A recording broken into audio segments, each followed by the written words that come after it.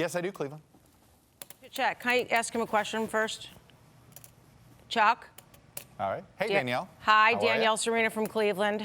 Long time Meet the Press watcher. Started back with Russert. You fill his shoes beautifully. My mother says she loves you. Just thought I'd share that with you.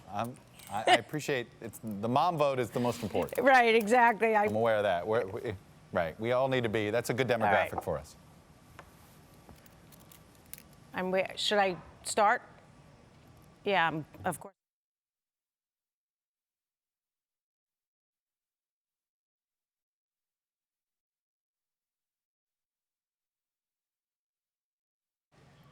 President Trump's 17-day vacation may begin today, but things will be anything but quiet in the White House. NBC political director and Meet the Press moderator Chuck Todd joins us. Now, no joke, I come into the office every day and ask, all right, who's going to get fired today? Or did he tweet something last night? Is this the most insane presidency you've ever covered?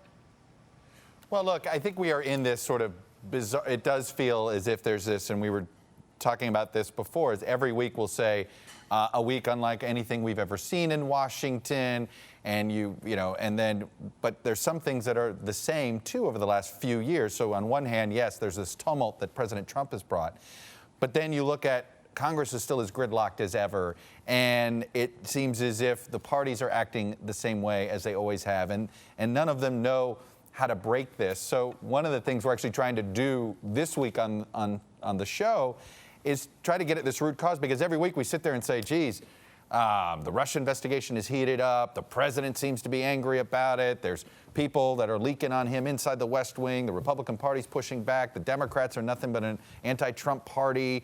And we're sitting there going, we're in a wash, rinse, repeat mode here in this first 6 months. I want to spend a little bit of time getting at the root cause, and among the root causes are the fact that both political parties are broken. They're essentially nothing more than shells to elect cults of personality, and they have stopped figuring out how to be organizations that govern. And do we have any role? I think that's what we're seeing.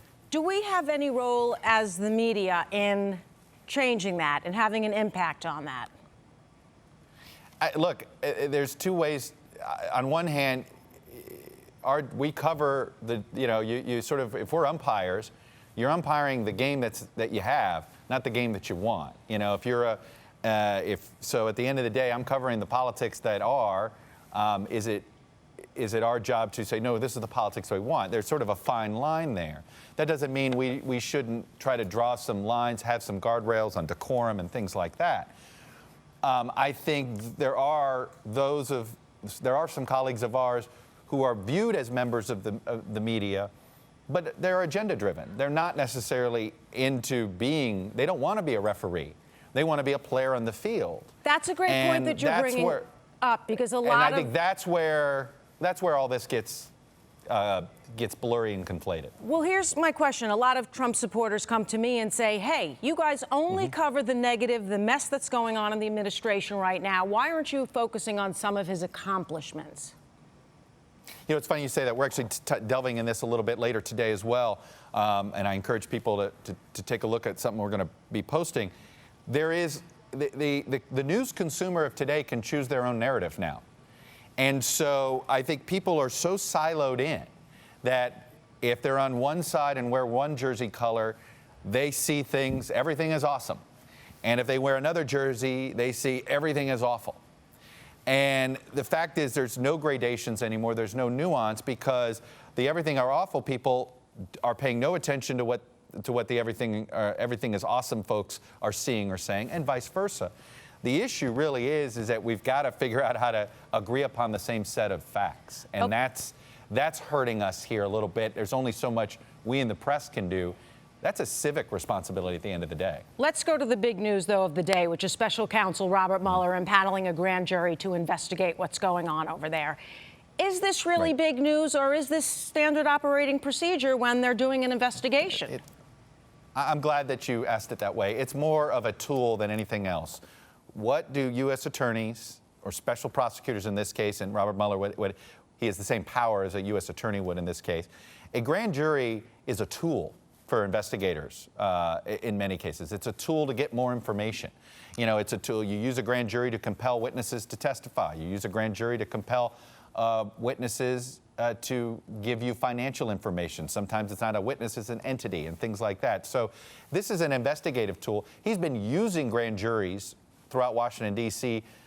For weeks to, for simply to maybe get a financial record here or a financial record there. So I do think we got to be careful overhyping the existence of his own grand jury. Okay. It is a tool. It would have been a surprise if he weren't using a grand jury. How about that? That's probably a better way of looking at it. That would have been news. And as they say, prosecutors can indict a ham sandwich. What do you think is going to come out of this?